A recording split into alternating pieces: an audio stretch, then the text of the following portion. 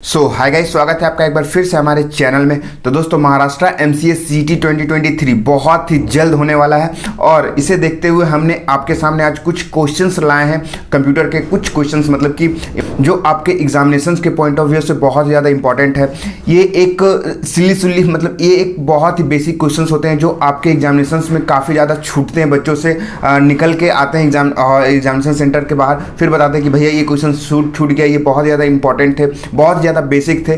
तो आज हमने इसमें जो है कुछ क्वेश्चंस आपके सामने रखे हैं। तो जैसे कि इसमें हमने सीपीयू का रखा हुआ है, फिर इनपुट आउटपुट का रखा हुआ है, फिर मेमोरी का रखा हुआ है, फिर कंप्यूटर ऑर्गेनाइजेशन का रखा हुआ है। तो ये जो बेसिक क्वेश्चंस आते हैं एकदम, आप जब इसमें आप देखोगे तो आपके लगभग आई होप सारे क्वेश्चंस आपसे बन सकते हैं, सारे क्वेश्चंस आप बन सकते हैं कि भैया इतने ईजी आते हैं। तो जी हाँ भैया, इतना ही ईजी आते हैं इन सब टॉपिक से। और जो टफ टॉपिक्स है उनका मैं पर्सनली लेक्चर्स डाल रहा हूँ, जैसे डिजिटल इलेक्ट्रॉनिक्स का हो गया, ऑपरेटिंग सिस्टम का हो गया। ये 2 लेक्चर्स हमने डाल रखा है अपने बैचेस में। तो अगर आपको पूरा डिटेल में वीडियो चाहिए तो आप हमारे बैचेस को ज्वाइन कर सकते हो। नीचे डिस्क्रिप्शन में लिंक दी गई है, जाकर के उस फॉर्म को फिल करो। और अगर एक बार आप हमारी जो कोर्सेज फी देखोगे, फी देख के आप तंग रह जाओगे कि इतनी कम फीसेस में कैसे आप दे रहे हो। तो दोस्तों, हमें ये फीस एक अफोर्डेबल, बहुत ही सस्ती, सिर्फ आपसे कनेक्शन के लिए मैं ले रहा हूँ कि आप से और हमारा एक रिश्ता बन जाए। ये हमने 2022 से ही स्टार्ट किया है और अभी तक वो बरकरार है। और जो 2022 में हमसे जुड़े हुए थे, इनफैक्ट उनका कॉलेज में एडमिशन हो गया, लेकिन फिर भी वो आज हमारे साथ है। सीनियर्स से जो गाइडेंस मैं प्रोवाइड करवा रहा हूँ, सिर्फ वो हमारी बातों, हमारे रिस्पेक्ट के थ्रू ही वो आते हैं और आपके लिए वो गाइडेंस प्रोवाइड करते हैं। इस संडे को हमने प्रोवाइड किया था, बहुत अच्छी अच्छी बातें उन्होंने बताई है उस बैचेस में। तो अगर मतलब उस मीटिंग में तो अगर आप ज्वाइन करते हो तो मैं उसकी रिकॉर्डिंग भी आपको दे दूंगा, किस तरह इस टाइम को यूटिलाइज करना है, किस तरीके से इसे मोटिवेट रखना है। इस टाइम को आपको सारा कुछ मिलेगा उस मीटिंग में। तो आपको वो लेक्चर्स, वो रिकॉर्डिंग आपको दी जाएगी। तो आप जल्दी से जल्दी हमारे बैचेस को ज्वाइन कर सकते हो। तो चलिए हम अपने वीडियो की ओर बढ़ते हैं। Top computer MCQ questions for Maharashtra MCA CET. तो हम अपने फर्स्ट क्वेश्चंस की ओर बढ़ते हैं। देखिए, फर्स्ट क्वेश्चन हमारा क्या कहता है। फर्स्ट क्वेश्चन कहता है what does CPU stand for. CPU का फुल फॉर्म क्या है। ये एक बच्चा वाला हलवा वाला क्वेश्चन है। तो इसका जो आंसर होगा वो सेंट्रल प्रोसेसिंग यूनिट होगा, फर्स्ट मतलब ए वाला। विच of the following is not a component of CPU. मतलब सीपीयू का कौन सा पार्ट नहीं है इसमें से। सीपीयू क्या करता है, सीपीयू परफॉर्म करता है, अपने टास्क को परफॉर्म करता है। ये ब्रेन ऑफ द कंप्यूटर भी माना जाता है। तो कंट्रोल यूनिट भी जो कंट्रोल करता है, कोई भी आप फंक्शन करते हो, कोई भी आप मतलब कुछ भी परफॉर्म करवाना चाहते हो, तो वो कंप्यूटर जो है आपको सही चीज़ जो आप चाह रहे हो वो करवा के दे रहा है कि नहीं दे रहा है। तो कंट्रोल करता है कोई भी चीज़ को, तो इसे कंट्रोल यूनिट कहते हैं। फिर अर्थमेटिक लॉजिकल यूनिट, जिसमें पूरा कैलकुलेशन वाला पार्ट होता है, मैथ मतलब एडिशन, सब्ट्रैक्शन या फिर और कुछ। तो अर्थमेटिक लॉजिक भी जो है सीपीयू का ही पार्ट है। और मेमोरी यूनिट जो स्टोर करता है, मेमोरी यूनिट तो एक मेमोरी चैप्टर भी है, तो आप पढ़ोगे उसमें भी, तो मेमोरी भी है। तो ये इनपुट जो है इसका करेक्ट आंसर होगा। इनपुट यूनिट इनपुट लेने का काम होता है, तो ये करेक्ट आंसर होगा दोस्तों। इनपुट जो है वो कंपोनेंट नहीं है, सीपीयू का पार्ट नहीं है। तो चलिए तो इसका थर्ड नंबर करेक्ट आंसर होगा। तो चलिए हम आगे बढ़ते हैं। Which of the following is responsible for fetching instruction from memory and executing them. जो मेमोरी, जैसे कोई भी कौन सा मतलब आप सीपीयू में काम करवाते हो, तो जो है कौन सा डेटा को लेना है, मतलब कैसे लेना है और फिर एग्जीक्यूट करवाना है, वो किसका काम होता है, वो कौन क्या करवाता है। तो जैसा कि मैंने बताया था कि कंट्रोल सारी चीज़, जैसे आपको कोई कंट्रोल करता है, मम्मी पापा हो गए, आप उनके हैं, तो कंट्रोल मतलब कंट्रोल इन द सीधा सीधी मतलब है कि कंट्रोल करना। कोई भी काम अगर करवाना चाहते हो कंप्यूटर से, तो वो सही करके देगा या नहीं देगा, तो उसका जो है उस पर डिपेंड करेगा, वो है कंट्रोल यूनिट। तो विच of the following is responsible for fetching instruction, memory, executing them. तो इसका करेक्ट आंसर होगा कंट्रोल। अर्थमेटिक तक मैंने बता ही दिया कि प्लस में एडिशन और कैलकुलेशन वाला पार्ट होता है। फिर इनपुट, तो इनपुट लेने का काम करता है, और आउटपुट जो है आप जो देख रहे हो, मैं आपको आउटपुट दे रहा हूं, तो इसका आउटपुट डिवाइस हो जाएगा उसका। तो चलिए अब नेक्स्ट बढ़ते। What is the first step in instruction cycle. तो इंस्ट्रक्शन, कोई भी चीज़ काम होता है तो सबसे पहला क्या होता है, पहला मतलब कोई भी चीज़ आप काम करने स्टार्ट करते हो तो क्या काम करना है पहले वो तो पता चलना चाहिए। तो फेच उसी को बोलते हैं कि पहले रिकॉग्नाइज करना, पहले जानना कि काम हमें करना क्या है। तो इसका जो फर्स्ट स्टेप ऑफ इंस्ट्रक्शन होता है, पहले फेच, पहले जानना कि करना क्या है, हमें कौन सा काम को करना है, first step of instruction cycle. और फिर डिकोड, तो क्या करना है अंदर में उसका होता है। फिर एग्जीक्यूट करना, प्रोसेसिंग का, फिर स्टोर, फिर रखना। तो फेच मतलब कि फेच वाला इसका काम होगा, हमें करना होना क्या है, पहले जानना, क्वेश्चंस को समझना, तो उसे हम फेच कहते हैं और इसका करेक्ट आंसर भी होगा फेच। तो which part of instruction specifies the operation perform, which part of the instruction specify perform, तो इसका जो करेक्ट आंसर होगा दोस्तों होगा ऑप कोड। और इसके और भी अगर डिटेल लेक्चर्स चाहिए तो जैसा कि डिजिटल इलेक्ट्रॉनिक्स का मैंने डाल रखा है, वो और कोई और दूसरे जो टीचर है वो पढ़ाए हुए हैं, उसमें फिर मैं उसके क्वेश्चंस उठाऊंगा, फिर मैं बताऊंगा कि कौन कौन से क्वेश्चंस जो है इंपॉर्टेंट है। तो अगर आप हमारे बैचेस को ज्वाइन करना चाहते हैं तो नीचे डिस्क्रिप्शन में लिंक दी गई है, आप जाकर के उसे ज्वाइन कर सकते हो। और बहुत ही सटीक नोट्स मिलेगा, उसमें आपको सीनियर्स का गाइडेंस मिलेगा और इस टाइप के क्वेश्चंस आपको देखने को मिलेंगे। जैसे कि ऑपरेटिंग सिस्टम का मैंने बना रखा है, 17 या 18 मिनट का वीडियो है, उससे बाहर तो क्वेश्चंस आ ही नहीं सकते हैं। फिर जो आपको नोट्स में दिया हूँ लास्ट मिनट रिवीजन नोट्स करके है, वो पढ़ के चले जाना, आपके ओएस के एक भी क्वेश्चंस नहीं छूटने वाले हैं। और कंप्यूटर एक ऐसा सब्जेक्ट है जिसमें आपको पूरी में पूरी मार्क्स ला सकते हो। कंप्यूटर और रीजनिंग के दम पे ही आप महाराष्ट्र सीटी को क्रैक कर सकते हो, ये मैंने पहले भी बोला और अभी भी मैं बोल रहा हूँ।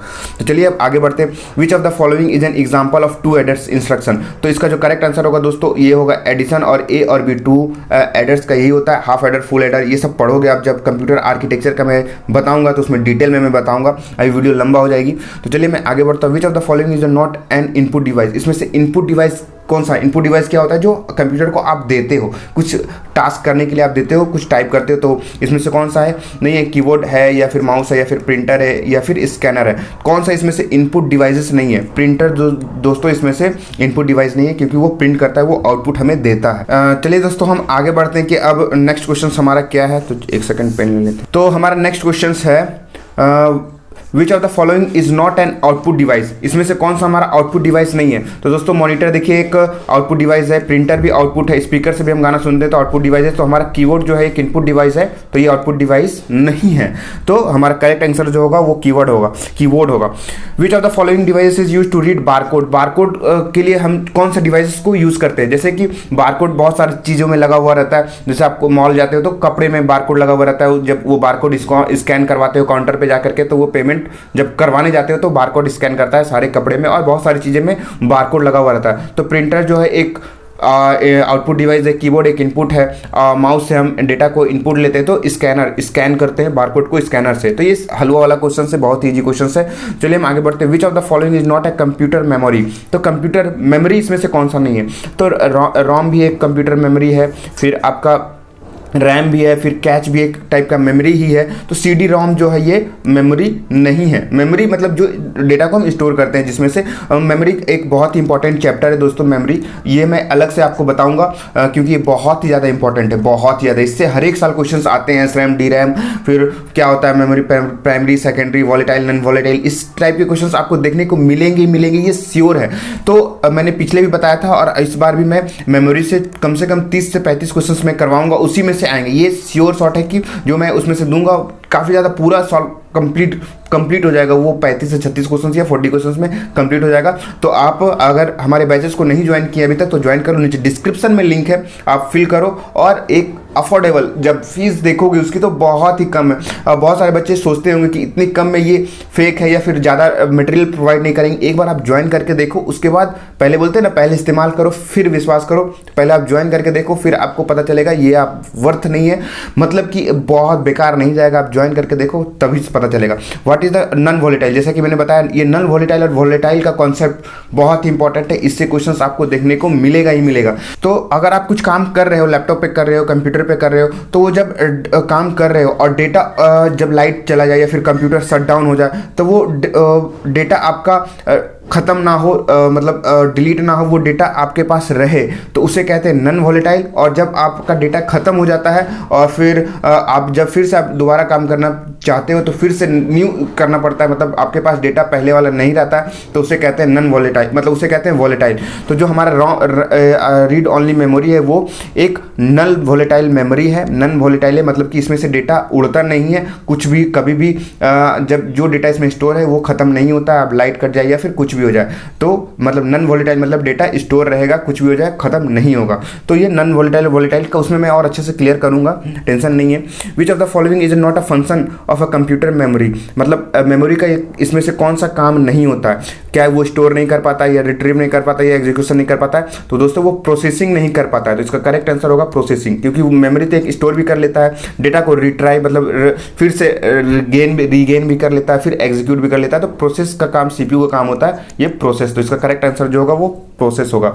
What is the smallest unit of a memory? सबसे पहले होता है बिट होता है, फिर बाइट होता है, फिर आगे किलोबाइट, मेगाबाइट, टेराबाइट, हेक्साबाइट होता है। तो ये देखिए ये बिट, इसमें मैं बता दूं एक बिट में 8 बाइट होता है, मतलब एक बाइट में 8 बिट होता है। इसमें मैं पढ़ाऊंगा, उसमें जब कंप्यूटर आर्किटेक्चर का लेक्चर लूंगा तो मैं उसमें अच्छे से और क्लियर करूंगा इसमें बिट बाइट क्या होता है, कितने मेमोरी स्पेस लेते हैं, कितने क्या क्या होते हैं, इसमें सारा चीज़ मैं कवर करने वाला हूं। तो सबसे पहले बस इसमें इतना याद रखो कि बिट जो है आपका वो स्मॉलेस्ट। तो चलिए मैं आगे बढ़ता हूँ। Which of the type of memory is use to temporary storage of data while computer is running? मतलब टेम्प्रोरी के लिए कौन सा यूज होता है? तो रैम होता है। रैम होता है ये दोस्तों, रैम को हम सेकेंडरी मेमोरी भी बोलते हैं, सेकेंडरी मेमोरी भी बोलते हैं।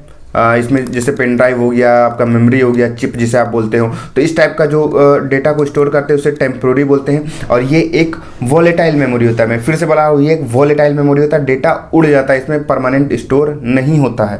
तो चलिए मैं आगे बढ़ता हूँ। Which of the following is a type of backup that only backup file that have change since last backup? तो बैकअप का मतलब क्या होता है दोस्तों, पहले ये जानना जरूरी है। बैकअप्स का मतलब क्या होता है? बैकअप्स का मतलब होता है कि जैसा कि आप कोई काम कर रहे हो या फिर कुछ भी काम कर रहे हो लैपटॉप या में कंप्यूटर में, तो आपका डेटा स्टोर रहे, मतलब कि आपका डेटा कहीं दूसरे जगह पे स्टोर रहे। अगर कंप्यूटर में कुछ हो जाता है या फिर एंड अभी एक से बढ़कर एक एंटीवायरसेस मतलब वायरसेस आ गए जो आपको कंप्यूटर या सिस्टम को पूरा करप्ट कर देंगे, तो आपका डेटा उड़ जाएगा।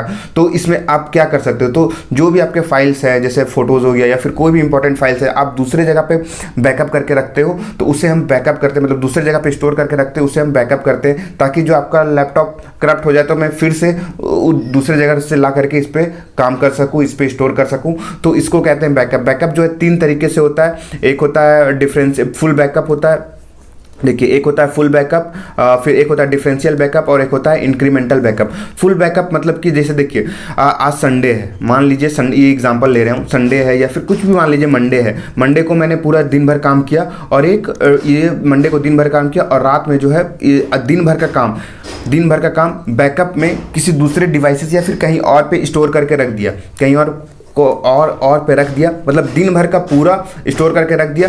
तो और फिर ट्यूसडे को फिर आया, फिर मैंने काम किया और फिर जो है स्टोर किया। तो वो जो मंडे वाला बैकअप और ट्यूसडे वाला बैकअप, तो अगर ट्यूसडे को रात को हम बैकअप करेंगे किसी दूसरे डिवाइस में, तो वो मंडे वाला भी लेगा और ट्यूसडे वाला भी बैकअप करेगा। और अगर थर्सडे को, अगर फिर वेडनेसडे को फिर रात में हम करेंगे, तो ये मंडे वाला भी बैकअप लेगा, ट्यूसडे वाला भी बैकअप लेगा, फिर वेडनेसडे वाला भी बैकअप लेगा। तो ये थोड़ा सा लेंदी होता है दोस्तों, लेकिन इसमें ये थोड़ा सा कम प्रोसेस मतलब कम ज़्यादा टाइम लेता है, क्योंकि अगर आप संडे वाला बैकअप, मंडे वाला, ट्यूसडे वाला बैकअप लेगा जब आप लास्ट बैकअप करोगे, तो इसमें एक ये फ़ायदा होता है कि जब आप रिट्रीव करते हो, जब डेटा को फिर से लाते हो, तो एक ही फाइल बनती है इसकी। तो एक ही फाइल का काम होता है कि फिर से हम डेटा को जो है स्टोर करवा लें एक ही बार में। और तो ये हो गया डिफरेंशियल बैकअप, और फिर ये हो गया फुल बैकअप, ये हो गया फुल बैकअप का काम ये होता है। इंक्रीमेंटल बैकअप का काम क्या होता है? इंक्रीमेंटल बैकअप का काम होता है आपका कि जैसे आप संडे का किए बैकअप, तो संडे का रात में किए, तो ये सिर्फ संडे वाला बैकअप आप फुल